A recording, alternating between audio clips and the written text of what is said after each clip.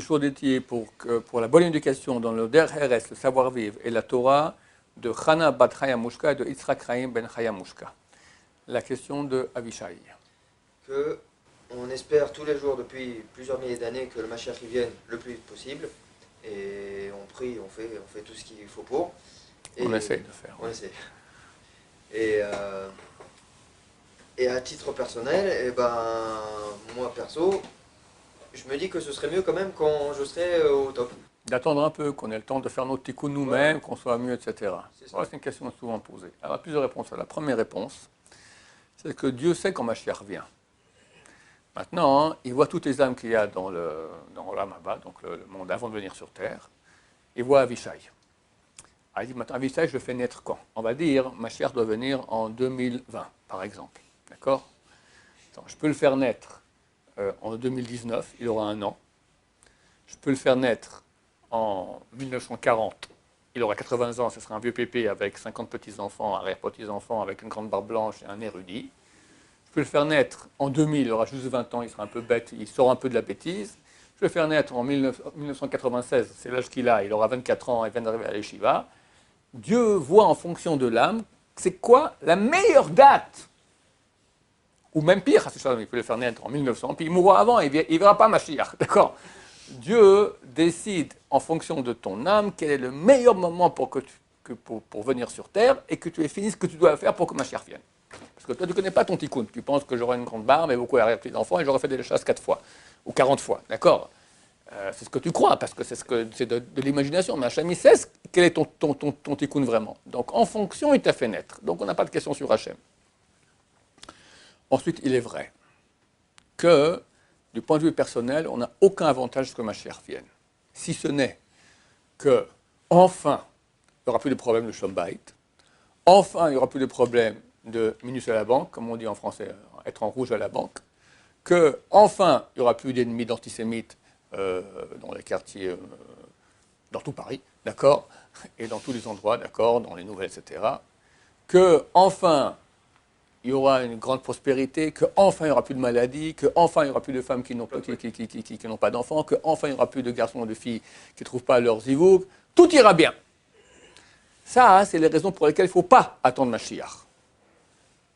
Parce que c'est très, très, très accessoire. L'essentiel, pour qu'on veut que Mashiach vienne, pour qu'enfin la vérité d'Hachem se dévoile, c'est le maître du monde. Et c'est un chilul Hashem, c'est une profanation du nom de Dieu, que comme ça, on se moque de son peuple, on se moque de lui, on se moque de la Torah. Dans le monde juif, on se moque des religieux, d'accord? On est les nuls de nuls, alors qu'on est la prunelle des yeux d'Akadosh Baruch Hu.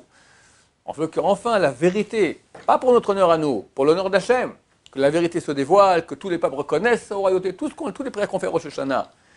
Et principalement, Alon Shaber tous les jours. Alon Shaber, c'est une très, très grande prière. Alon Shaber, c'est à ce moment que tout le flux de la prière, il arrive. Et comme m'a dit un grand sadique, que les gens font toute la prière très bien, Alon Shaber, ils font déjà avec Talit Tfilin dans les escaliers. Et il y aura tout. Parce que le tikkun a été fait, mais ce qui fait descendre, c'est Alon Shaber. Quand on dit Avanachom Shtachavim, hop, tout descend. Jusqu'à la fin. Hachem Echad, pas Avanachom Shtachavim, mais tu pars déjà. D'accord?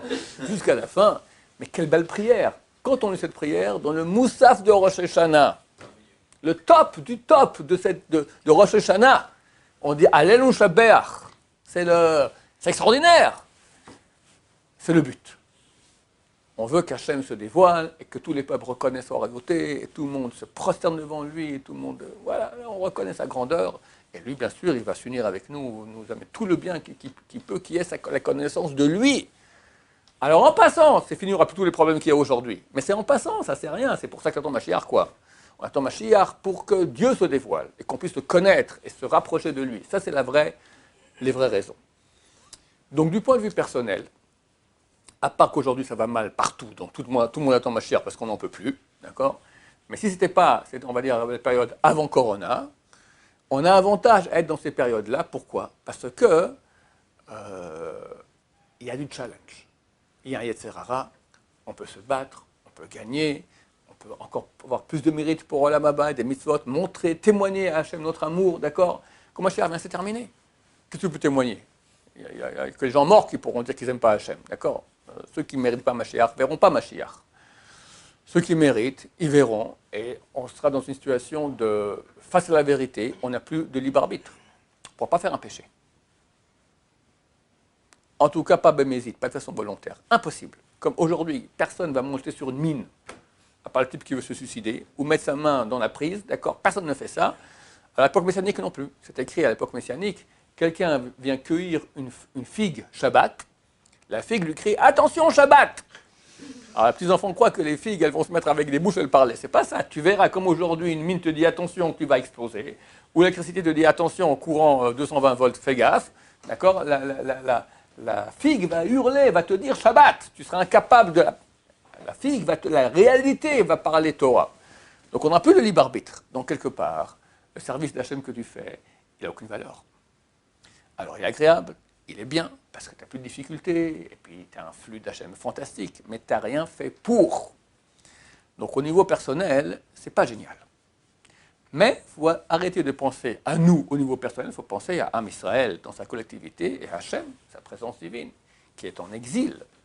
Ce n'est pas normal la situation qu'il y a. Par amour d'Hachem, on veut qu'il se dévoile. Donc ça répond aussi à ta question. Pour toi, personnellement, tu as voulu attendre encore. D'abord, tu ne sais pas si c'est bien pour toi, et la preuve, c'est que tu n'es pas né à la date que tu aurais voulu si Mashiach vient maintenant. Ensuite, on n'a rien à faire de toi. On ne veut pas Mashiach pour toi, on veut Mashiach pour Hachem. Bon, parlez pour tout le monde. Pardon? Vous parlez pas pour moi personnellement. Ouais, je parle pour tout le monde, bien sûr. Bien sûr. Que ça Bien sûr. bien. Voilà. Baruch Adonai, l'olam, amen, amen.